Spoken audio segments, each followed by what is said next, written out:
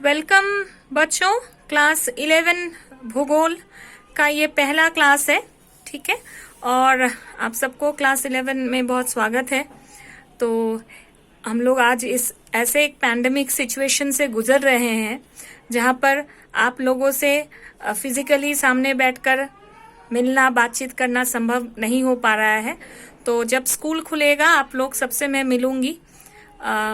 तो लेकिन उसके पहले चूंकि हम लोगों के पास 11-12 में समय बहुत कम होता है और सिलेबस बहुत ज्यादा होता है, तो हम लोग कम से कम इस वर्चुअल मीडियम से वीडियो के सहारे हम लोग पढ़ाई शुरू करते हैं, ठीक है। तो पहला चैप्टर जो है वो है हमारा भूगोल एक अनुशासन के रूप में, ज्योग्राफी एज अ डिसिप्लिन, यानी एक सब्जेक्ट के रूप में भूगोल, ठीक है। तो सबसे पहले हम लोग बात करेंगे कि भूगोल है क्या, व्हाट इज ज्योग्राफी, ठीक है। तो आप लोग बहुत पहले से जानते आ रहे हैं कि भूगोल क्या है। भू मतलब पृथ्वी, अगर हम लोग ऐसे पढ़े कि जियोग्राफी, जियो माने अर्थ और ग्राफी माने उसके बारे में बताया जाना, डिस्क्राइब करना। तो जो भी पृथ्वी के बारे में बताया जाता है दैट इज भूगोल, ज्योग्राफी। ये क्या है? प्रकृति और पर्यावरण का विज्ञान है, ठीक है। इसमें हम लोग पृथ्वी के बारे में पढ़ते हैं और उसकी सारी बातें। इसलिए भूगोल को क्या कहा जाता है? भूगोल को विज्ञान की जननी कहते हैं, मदर ऑफ साइंसेस। भूगोल को विज्ञान की जननी कहते हैं। क्यों? क्योंकि यह अध्ययन का प्राचीनतम विषय है और जितनी भी और अधिक साइंसेस है, जैसे भूगोल में क्या है, हम लोग मानव के बारे में भी पढ़ते हैं। तो मानव का जन्म स्थान कहाँ है? प्रकृति है। भूगोल में हम लोग अन्य जीव जंतुओं के बारे में पढ़ते हैं। तो जैसे जीव जंतुओं के बारे में जब पढ़ा जाता है तो उसको क्या जूलॉजी और बॉटनी में आता है, लाइफ साइंसेस का वो विषय है। लेकिन उसका भी ओरिजिन कहाँ से है? भूगोल से है। जैसे हम लोग क्लाइमेटोलॉजी पढ़ते हैं, है ना, जलवायु विज्ञान, कि हम लोग जैसे जैसे ऊपर उठते हैं तापमान कम होते जाता है। तो यहाँ पर किस चीज इन डिटेल्स में अगर हम लोग पढ़ें तो किस चीज के बारे में पढ़ेंगे? फिजिक्स के बारे में। या आप लोग क्या कहते हैं बंगाल में इसको? फिजिकल साइंस, कि क्यों हवा ठंडी हो, ऊपर जैसे उठते हैं हवा का घनत्व, डेंसिटी क्यों कम हो जाता है, क्यों तापमान कम हो जाता है। तो ये किसका भाग हो जाता है? डिटेल्स में पढ़ेंगे, जानेंगे। तो फिजिक्स जो एक विज्ञान है उसका भी जन्म कहाँ से हो रहा है? भूगोल से। तो इसलिए हम लोग क्या कहते हैं कि भूगोल क्या है? विज्ञान की जननी है, ठीक है। तो अब हम लोग पढ़ेंगे कि भूगोल पढ़ना जरूरी क्यों है, क्यों हम लोग भूगोल पढ़ते हैं, भूगोल का क्या महत्व है। बहुत ज्यादा महत्व है। तुम लोग यहाँ पे देख रहे हो कि हरेक जो तुम्हारा ये है, हरेक विज्ञान का जन्म, हरेक शाखा का जन्म किससे हो रहा है? भूगोल से हो रहा है। तो भूगोल की जो विषय वस्तु है वो बहुत वास्ट है। यहाँ पर मैंने देखो एक लिखा है कि भूगोल की विषय वस्तु। तो भूगोल की विषय वस्तु में क्या आता है? आज तक जो भी तुम लोग भूगोल में पढ़े हो, तुम लोग सबके पास ज्योग्राफी की किताब है, अभी की नहीं, पहले की किताबें हैं।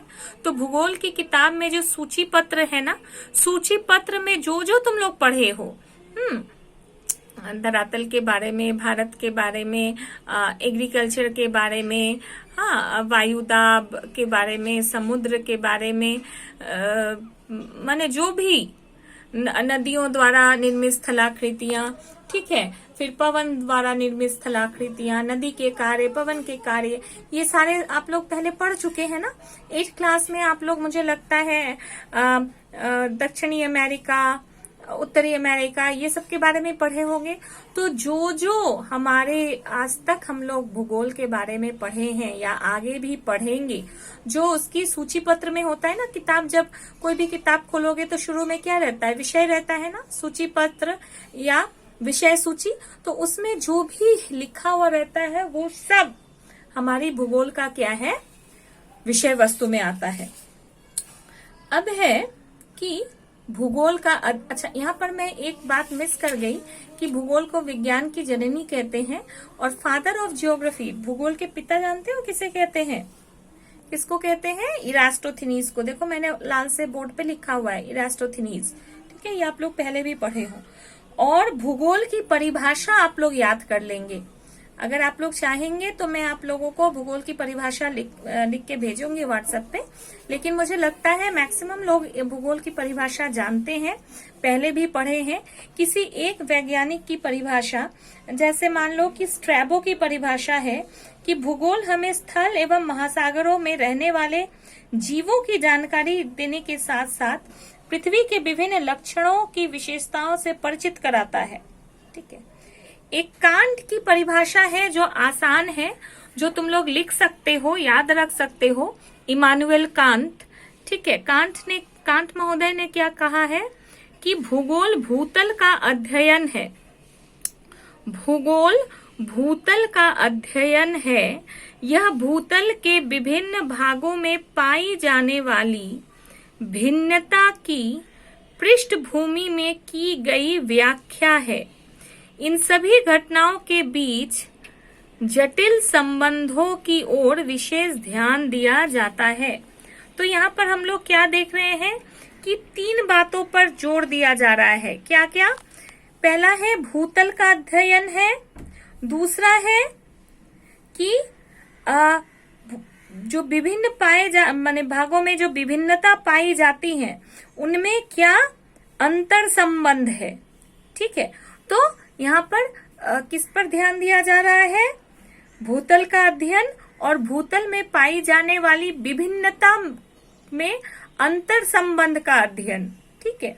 तो कांट महोदय की परिभाषा जो है बहुत अच्छी है और बहुत ही सिंपल वे में भूगोल को समझाया गया है। ठीक है। अच्छा, तो भूगोल को हम लोग क्या कहते हैं? गतिशील विज्ञान कहते हैं। यह अक्सर पूछा जाता है कि why geography is a dynamic science. भूगोल को गतिशील विज्ञान क्यों कहा जाता है? तो ये तो बहुत आसान है, आप लोग सारे जानते हो कि समय के साथ क्या होता है, पर्यावरण, समय और पर्यावरण के साथ इसमें परिवर्तन आता रहता है। भूगोल का जो क्षेत्र है, विषय वस्तु है, सब में परिवर्तन आता रहता है। इसलिए हम लोग इसको क्या कहते हैं? डायनामिक साइंस कहते हैं भूगोल को। ठीक है। और भूगोल क्या है? एक अंतर संबंधित विज्ञान है।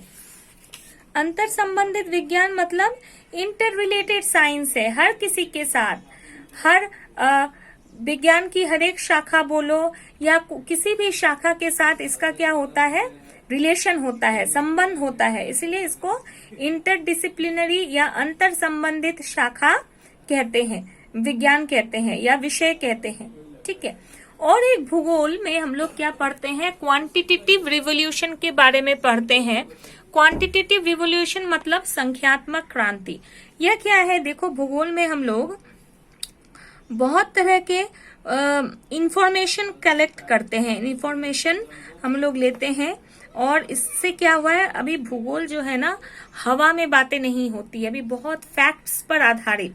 हाँ, जो भी डेटा कलेक्शन किया, अब जैसे तुमको मान लो कि तुम स्कूल से निकल करके तुमको मान लो कि एक जगह पर जाना है। ठीक है, एक शॉपिंग मॉल में जाना है, या मान लो कि एक बिरला म्यूजियम पहुंचना है। तो तुम कैसे जाओगे? तुम क्या करते हो?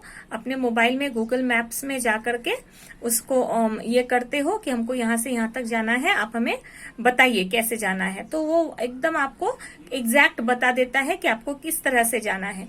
तो यह सारी बातें, ये किसका अंश है? भूगोल का अंश है। तो ये कहाँ से हो रहा है? इसमें सैटेलाइट के माध्यम से उपग्रह जो चित्र लिए जाते हैं, सैटेलाइट इमेजरीज, हवाई फोटोग्राफी होती है, एरियल फोटोग्राफी, फिर इसका एनालिसिस किया जाता है। तो ये सब किस में आता है? क्वांटिटेटिव रिवोल्यूशन में आता है। ठीक है, जो अभी भूगोल की विषय वस्तु में इसको शामिल कर लिया गया है। ठीक है। तो भूगोल दिन ब दिन क्या हो रहा है? भूगोल में चेंजेस हो रहा है, इसलिए इसको हम लोग डायनामिक साइंस कहते हैं, गतिशील विज्ञान कहते हैं। और भूगोल का विस्तार हो रहा है, इवोल्यूशन ऑफ जियोग्राफी हो रहा है, दिन ब दिन इसका क्षेत्र क्या हो रहा है? बढ़ रहा है। ठीक है। अब हम लोग देख लें कि भूगोल की शाखाएं। देखो, मैंने शुरू में ही लिखा है कि भूगोल को हम लोग 2 भाग में बांटते हैं, भौतिक भूगोल और मानव भूगोल। ठीक है। भौतिक भूगोल जिसमें मानव नहीं है, मानव छोड़ करके जो भी चीजें हम लोग पढ़ते हैं, जैसे भू आकृति विज्ञान है, ठीक है, धरातल की आकृति कहाँ ऊंचा है कहाँ नीचा है, या समुद्र के नीचे का भी कहाँ पर आपका कॉन्टिनेंटल शेल्फ है, माने महाद्वीपीय छज्जा है, कहाँ महाद्वीपीय ढाल है, कहाँ समुद्री मैदान है, ये सब सारों को हम लोग किसमें इंक्लूड करेंगे, जियोमॉर्फोलॉजी या भू आकृति विज्ञान में। फिर देखिए है जलवायु विज्ञान। जलवायु विज्ञान मतलब जहाँ पे जलवायु के डिफरेंट फीचर्स के बारे में हम लोग पढ़ते हैं, ठीक है, साइक्लोन्स के बारे में पढ़ेंगे, तापमान के बारे में पढ़ेंगे, कहाँ कैसी जलवायु रहेगी, जो भी, हाँ, ऊंचाई के साथ क्यों तापमान बढ़ता है, घनत्व घटता है, हाँ, फिर आपका इन्वर्शन ऑफ टेम्परेचर पढ़े हो, ये सब जो भी जलवायु संबंधित बातें होंगी उसको हम लोग क्लाइमेटोलॉजी में पढ़ेंगे। फिर मृदा भूगोल है, कितनी तरह की मिट्टी होती है, कैसे मिट्टी बनती है, मिट्टी का कैरेक्टरिस्टिक्स क्या है। पर्यावरण भूगोल है, समुद्र विज्ञान है, जीव जंतु भूगोल है। देखो यहाँ पे कहीं भी मानव नहीं है, मानव को छोड़ करके फिजिकल जो भी फीचर्स होता है उसको हम लोग किस शाखा में पढ़ते हैं, फिजिकल ज्योग्राफी की शाखा में, भौतिक भूगोल की शाखा में। और जब मानव वहां पे एंटर हो जाता है तो मानव के साथ प्रकृति का जो भी संबंध है, ठीक है, जब तो मानव उसके साथ कैसे रिलेट करता है, उस एस्पेक्ट को हम लोग मानव भूगोल में पढ़ते हैं। तो जैसे जनसंख्या भूगोल हुआ, पॉपुलेशन ज्योग्राफी, बस्ती भूगोल हुआ, सेटलमेंट ज्योग्राफी, आर्थिक भूगोल हुआ, इकोनॉमिक ज्योग्राफी, कृषि भूगोल हुआ, एग्रीकल्चर ज्योग्राफी, ऐतिहासिक भूगोल, हिस्टोरिकल ज्योग्राफी, सामाजिक भूगोल, सोशल ज्योग्राफी, सांस्कृतिक भूगोल, कल्चरल ज्योग्राफी, राजनैतिक भूगोल, पॉलिटिकल ज्योग्राफी, नगरीय भूगोल, अर्बन ज्योग्राफी। मतलब जनसंख्या के विभिन्न एस्पेक्ट्स, कहाँ किस तरह की जनसंख्या है, कम जनसंख्या है तो क्यों है, कहाँ पर अधिक जनसंख्या रहेगी, ठीक है।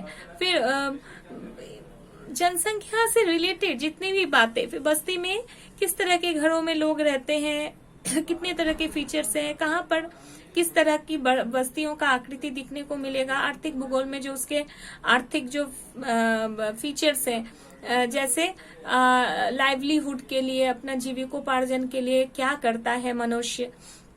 आर्थिक भूगोल में आपका कृषि भूगोल आएगा, फिर आपका इंडस्ट्रियल ज्योग्राफी, औद्योगिक भूगोल आएगा, ठीक है, माने जो जो एक्टिविटीज वो करता। अब औद्योगिक भूगोल जब हम लोग पढ़ेंगे तो कितने तरह के इंडस्ट्रीज होते हैं, कहाँ पर कोई इंडस्ट्री स्थापित है तो क्यों है, क्या क्या देखना चाहिए कोई इंडस्ट्री को सेटअप करने के लिए, माने बहुत सारे फैक्टर्स, ठीक है। तो जहाँ जो भी मनुष्य से रिलेटेड होगा वो किस में आ जाएगा, मानव भूगोल में। तो इस चैप्टर में हम लोग को एक बहुत अच्छा से एक आइडिया मिल गया कि भूगोल क्या है, भूगोल पढ़ना क्यों जरूरी है, और भूगोल को कितने भागों में बांट सकते हैं, और उसमें हम लोग क्या क्या पढ़ते हैं, और भूगोल का अध्ययन क्षेत्र क्या है, कैसे उसका विस्तार हो रहा है, क्यों भूगोल को गतिशील विज्ञान कहते हैं, और क्या क्या भूगोल में और इंक्लूड किया गया है, शामिल किया गया है, इन सब के बारे में इस वीडियो में हम लोग पढ़ चुके हैं, जान चुके हैं। तो आशा है कि तुम लोगों को समझ में जरूर आया होगा, ठीक है। अगले वीडियो में हम लोग जो है दूसरा चैप्टर लेके सामने आएंगे, पढ़ेंगे। तब तक के लिए इस वीडियो को अच्छा से समझिए, जानिए। जहां भी समझने में दिक्कत होगी आप लोग मुझे व्हाट्सएप पे पूछिएगा, और मेरे चैनल को सब्सक्राइब करके रखिएगा ताकि नया वीडियो जब आए तो आप लोगों को उसकी जानकारी हो जाए, ठीक है। Thank you children.